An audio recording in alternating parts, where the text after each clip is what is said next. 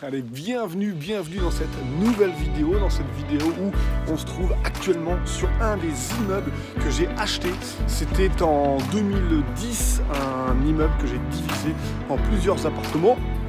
Et le but de la vidéo aujourd'hui, c'est d'expliquer comment on va gérer la trouvaille des artisans. On est en train de rentrer actuellement dans les parties communes. Je te garde avec moi, je vais tout expliquer, je vais te donner quelques arguments qui vont te permettre de pouvoir trouver à coup sûr des artisans qui vont pouvoir faire tes travaux, à qui tu vas pouvoir déléguer pour continuer toi à chercher des nouveaux biens. Allez, on rentre dans un appartement qui est actuellement en travaux, tu le vois ici, c'est l'appartement E qui est sur un long couloir. On arrive juste là et je vais poser la caméra tout de suite et je t'explique comment trouver à coup sûr des artisans. Allez, on se retrouve donc dans le chantier comme prévu et je vais te donner quelques arguments. Tu vois, on est dans un appartement là qui fait 35 mètres carrés que je vais destiner à la location courte durée. Donc on est en train de finir les travaux qui vont nous permettre de pouvoir louer cet appartement 35 mètres carrés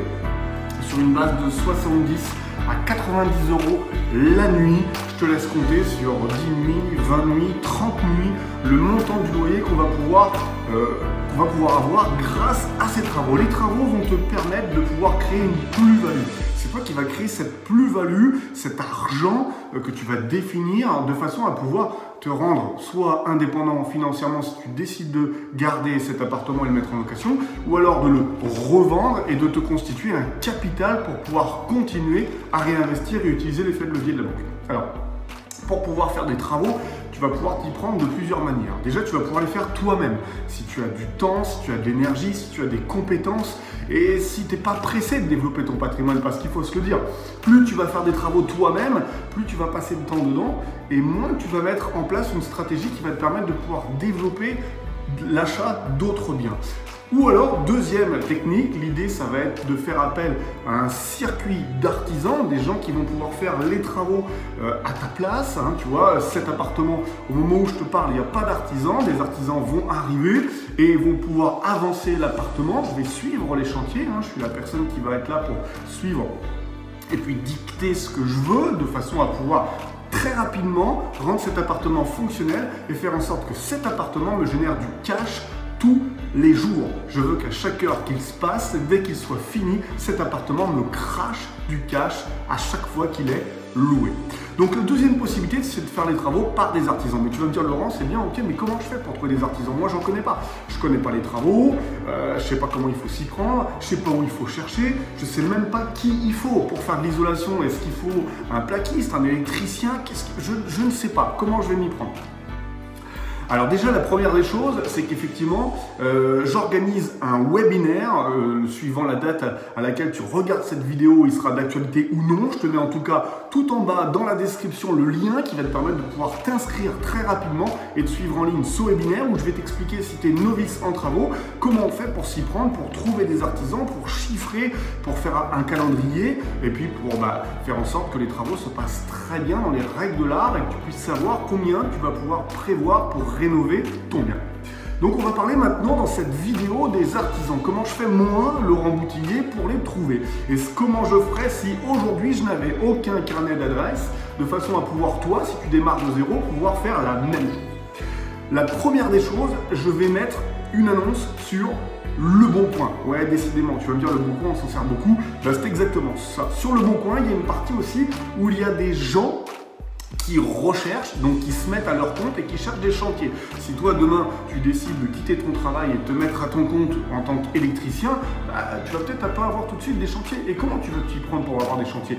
Tu vas faire de la publicité sur internet et entre autres à partir des annonces sur internet, donc Le Bon Coin. Donc dans la rubrique inversée, c'est-à-dire où les gens recherchent quelque chose, tu vas pouvoir trouver des artisans. Alors, généralement, ce sont des jeunes qui se mettent à leur compte, donc ça peut être des auto-entrepreneurs, des créateurs de SAS, qui vont chercher du travail. Et comment je vais faire pour pouvoir les convaincre? La première chose que je vais faire, c'est que je vais créer une annonce type, c'est-à-dire une annonce dans laquelle je vais écrire tout ce dont je recherche.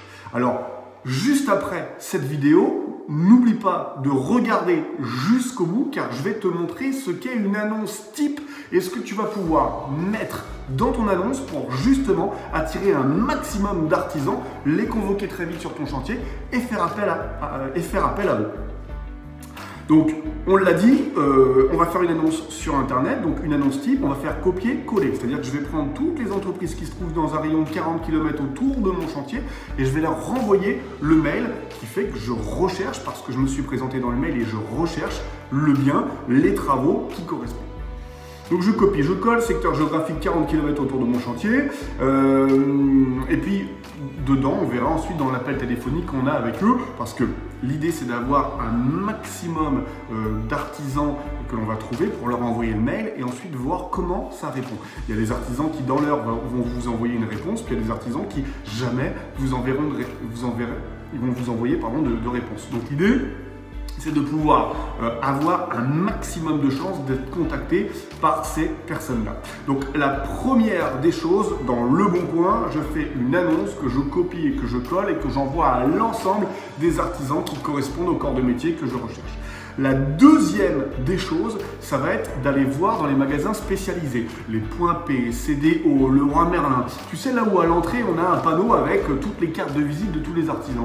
L'idée, c'est d'aller à l'accueil ou d'aller voir à la caisse et de dire, voilà, moi je recherche un électricien, je voudrais savoir si aujourd'hui, vous avez la possibilité de me conseiller.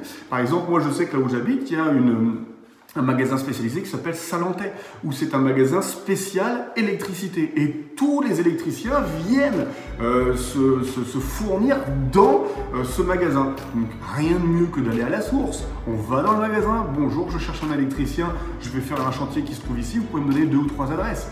Ils seront hyper heureux de vous mettre en contact avec leurs clients qui souvent viennent, et c'est un peu le retour de l'appareil parce qu'ils viennent se fournir chez eux, eux vont pouvoir leur envoyer un client potentiel. Donc le deuxième argument, le deuxième type, ça va être dans les magasins spécialisés.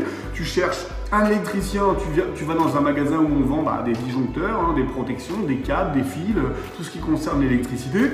Si demain tu veux aller chercher un plaquiste, rien ne t'empêche d'aller à Leroy Merlin et puis d'aller voir au bâti et de voir au niveau de la caisse s'il n'y a pas des cartes de visite d'auto-entrepreneurs qui font du plaquiste, qui sont des plâtriers, qui sont staffeurs, qui font de l'isolation. Bref, tu vas pouvoir comme ça trouver une multitude de contacts sur lesquels, avec ton smartphone, tu prends en photo toutes les cartes de visite, tu rentres chez toi, tu notes et puis tu n'as plus qu'à appeler. C'était le deuxième argument. Le troisième argument, ce sont les restaurants d'entreprise.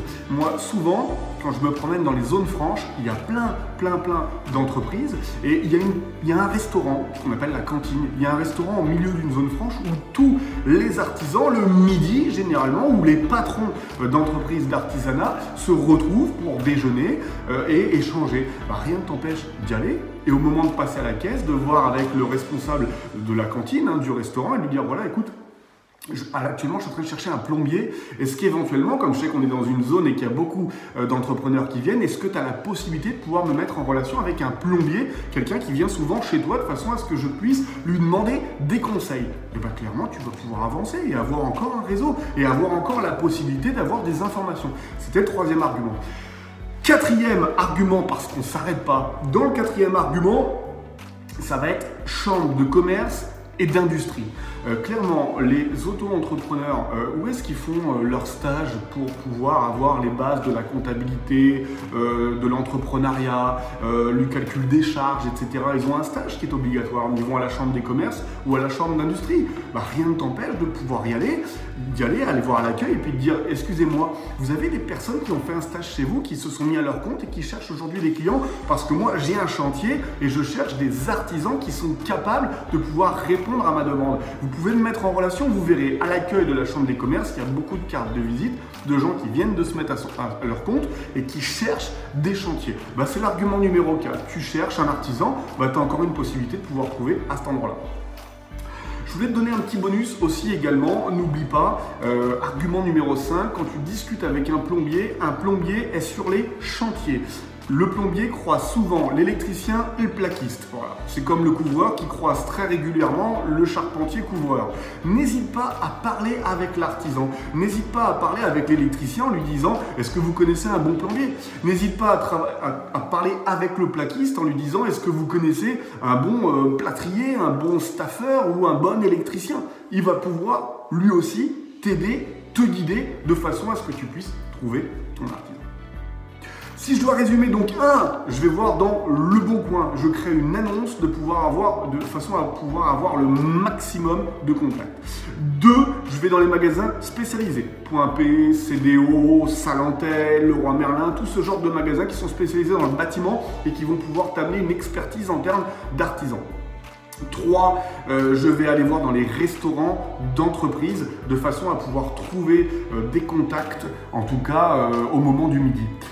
4, je vais voir les chambres de commerce et chambres d'industrie de façon à avoir toutes les cartes qui puissent être indiquées de ceux qui ont fait leur stage, qui viennent d'avoir leur numéro d'auto-entrepreneur et qui cherchent des chantiers. 5, bonus, je vais demander d'artisan à artisan. J'ai trouvé un maçon, je vais lui demander les coordonnées d'un charpentier, si toutefois il est là, ou les coordonnées d'un carreleur. Il est possible qu'il ait un carreleur. Hein. Si moi j'ai besoin de mon maçon pour faire un escalier 2 quarts tournant en béton et que je cherche à le carreler, cet escalier en béton, il a peut-être des contacts à me donner. Voilà. J'espère que cette vidéo t'a plu. Si elle t'a plu, n'hésite pas tout de suite, maintenant, au moment où tu me regardes, à mettre un pouce vers le haut. Tu me mets un pouce, tu t'abonnes si ce n'est pas encore fait à la chaîne. Et puis tout de suite, juste après, je te montre comment rédiger une annonce qui soit pertinente, qui va te permettre de pouvoir effectivement la mettre tout de suite sur Le Bon Coin en copier-coller. Et si tu veux en apprendre beaucoup plus, je t'invite à tout de suite t'inscrire, je te mets le lien juste en dessous, à la prochaine conférence que j'organise qui va te permettre de pouvoir être un as des as en termes de travaux dans la rénovation. Allez, je te laisse, à bientôt, ciao ciao.